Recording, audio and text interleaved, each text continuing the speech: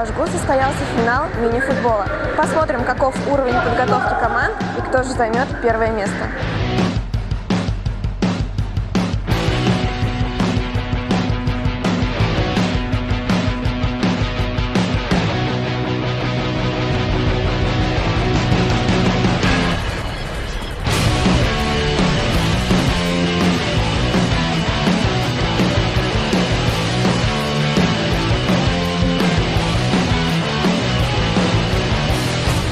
В принципе, впечатления остались только положительные, надо почаще проводить такие турниры. Они здоровое соперничество такое, все ребята бились, боролись, кому-то больше повезло, кому-то меньше. Вот нам, получается, больше повезло.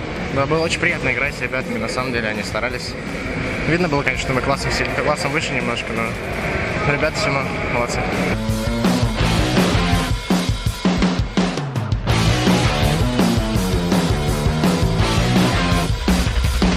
Игра, в принципе, была зрелищная, очень все понравилось. Единственное, что мы проиграли, но это финал, все бывает. Так что мы рады второму месту. Сами занимаетесь футболом? Я, да, с 2012 года.